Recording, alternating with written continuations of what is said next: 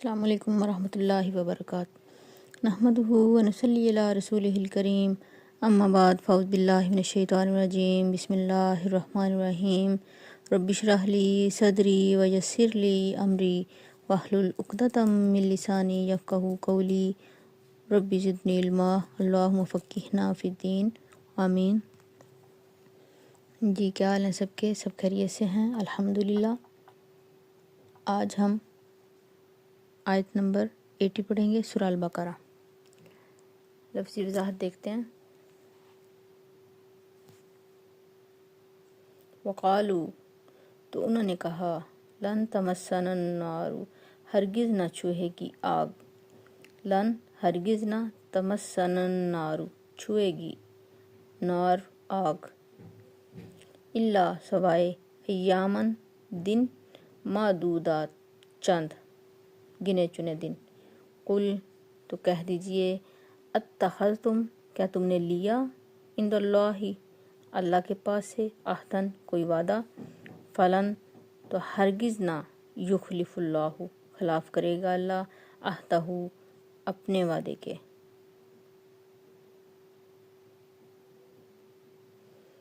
ام تقولون، تو کیا تم کہتے ہو، علی اللہ، اللہ پر، ما لا، جو نہیں، تعلمون، تم جانتے۔ آیت نمبر 81۔ بلا، کیوں نہیں، من کسبا، جس نے کمائی، سیئۃ، کوئی برائی، واحاطت، اور گھیر لیا، بھی، اس کو، خطیئتہ، اس کی خطائیں، فاولئک، پس یہی لوگ، اصحاب النار، آگ والے ہیں، ہم، وہ، فیہا، اس میں، خالدون، ہمیشہ رہیں گے۔ تفسیر کی طرف آتے ہیں۔ وقالو، اور انہوں نے کہا، لن تمسنا النار الا ایاما معدودۃ، ہرگز ہمیں آگ نہیں چھوئے گی مگر چند دن، ہم جہنم میں نہیں جائیں گے سوائے چند دن کے۔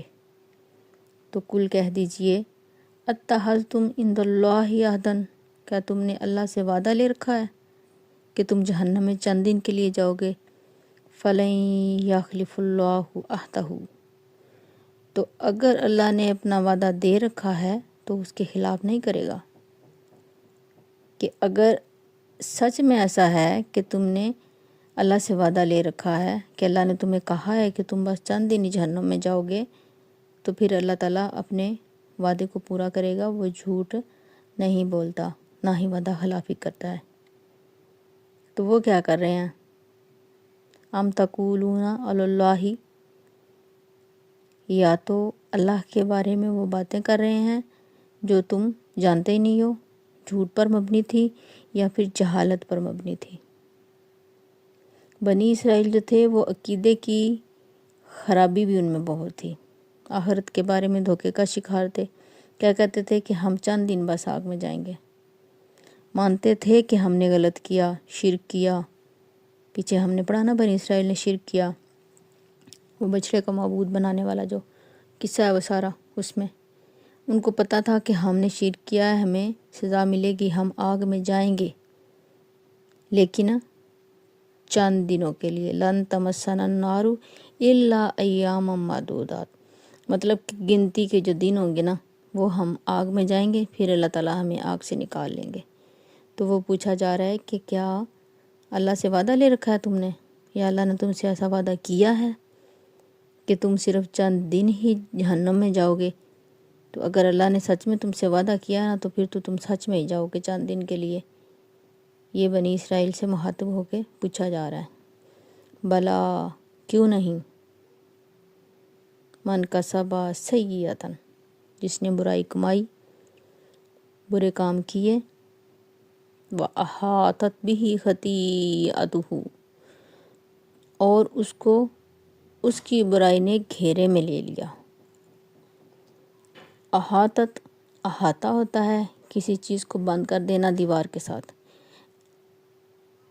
ایسے گھیر لینا کہ کوئی اندر سے باہر نہ آ سکے اور باہر سے اندر نہ جا سکے۔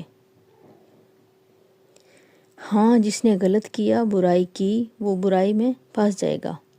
احاطت بہ خطیئتہ، فَأُولَٰئِکَ اصحاب النار، اور یہ آگ کے ساتھی ہیں، ہم فیہا خالدون، اور وہ ہمیشہ اس میں رہیں گے۔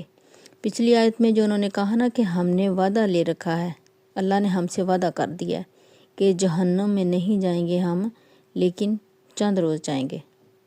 لَن تَمَسَّنَا النَّارُ إِلَّا أَيَّامًا مَّعْدُودَةً، تو اس کے بارے میں یہاں کہا جا رہا ہے کہ تمہارا دعویٰ غلط ہے۔ بات یہ ہے کہ جو کوئی بھی برا کام کرے گا، برائی کمائے گا، خواہ وہ یہود ہو، غیر یہود ہو، اہل عرب ہو، مشرک ہو، کوئی بھی ہو، من کا لفظ آیا نا، تو من کا لفظ عام ہے۔ جو بھی غلطی کرے گا، جو بھی غلط کام کرے گا، اور غلطی جو ہے وہ بھی چھوٹی موٹی نہیں، جو غالب آ جائے، جو ساری نیکیوں کو کھا جائے۔ دیکھیں، گناہ دو طرح کے ہوتے ہیں، ایک وہ جو بھول چوک میں ہو جاتا ہے، ہر انسان سے ہو جاتا ہے، انسان خطا کا پتلا ہے، غلطیاں کرتا ہے، انسان کو احساس ہو جائے، انسان گناہ کرے، اس کو احساس ہو کہ میں نے یہ غلط کیا ہے، تو وہ کیا کرے؟ اللہ تعالیٰ کی طرف رجوع کرے فوراً اور توبہ کر لے۔ ایسے گناہوں پر معافی کی امید ہے۔ جو کون سے گناہوں؟ جو بھول چوک میں ہو جائیں، غفلت میں ہو جائیں، غلطی سے ہو جائیں، اور پھر ہمیں احساس ہو جائے، اور پھر انسان توبہ کر لے، تو اللہ تعالیٰ کیا کرتے ہیں؟ معاف کر دیتے ہیں۔ اور کچھ غلطیاں ایسی ہوتی ہیں، ایسے گناہ ہوتے ہیں جو انسان کو اپنے اندر غرق کر لیتے ہیں، وہ ان پر چھا جاتے ہیں، اس کے اندر نیکی کرنے کا احساس ہی نہیں رہتا، اور اگر انسان نیکی کرتا ہے تو ساتھ ہی وہ پھر دوبارہ سے گناہ کرتا ہے، اور اس کی نیکیاں کیا ہوتی ہیں؟ مٹ جاتی ہیں۔ تو نہ ہی وہ توبہ کرتا ہے، اس گناہ کے اندر غرق ہوا ہوتا ہے، اس کو یہ احساس ہی نہیں ہوتا کہ میں یہ غلط کر رہا ہوں، اور توبہ کرنے کا موقع ہی نہیں ملتا، تو پھر ایسے میں اس کو موت آ جاتی ہے۔ ایسے لوگوں کے لیے سزا ہے۔ تو یہاں مراد کون سا گناہ ہے؟ کبیرہ گناہ، جس میں کفر و شرک نمبر 1 ہے۔ شرک ایسا گناہ ہے جس کی معافی نہیں ہے۔ من کسب سیئۃ سے مراد کون سا گناہ یہاں پہ لیا جا رہا ہے؟ شرک۔ غلطی کا احساس ختم ہو جانا بہت بڑی غفلت ہے۔ غلطی کرنا اور پھر اس کی لت لگ جانا، اس میں پھنس کے رہ جانا، اور پھر اسی کیفیت میں انسان کی موت آ جانا، برائی کرنا اور اس پہ ڈٹ جانا۔ تو ایسے لوگوں کا انجام کیا ہے؟ وہ جہنم میں جائیں گے اور ہمیشہ ہمیشہ وہاں پہ رہیں گے۔ تو ہمارے بھی ذہنوں میں یہ بات ہے۔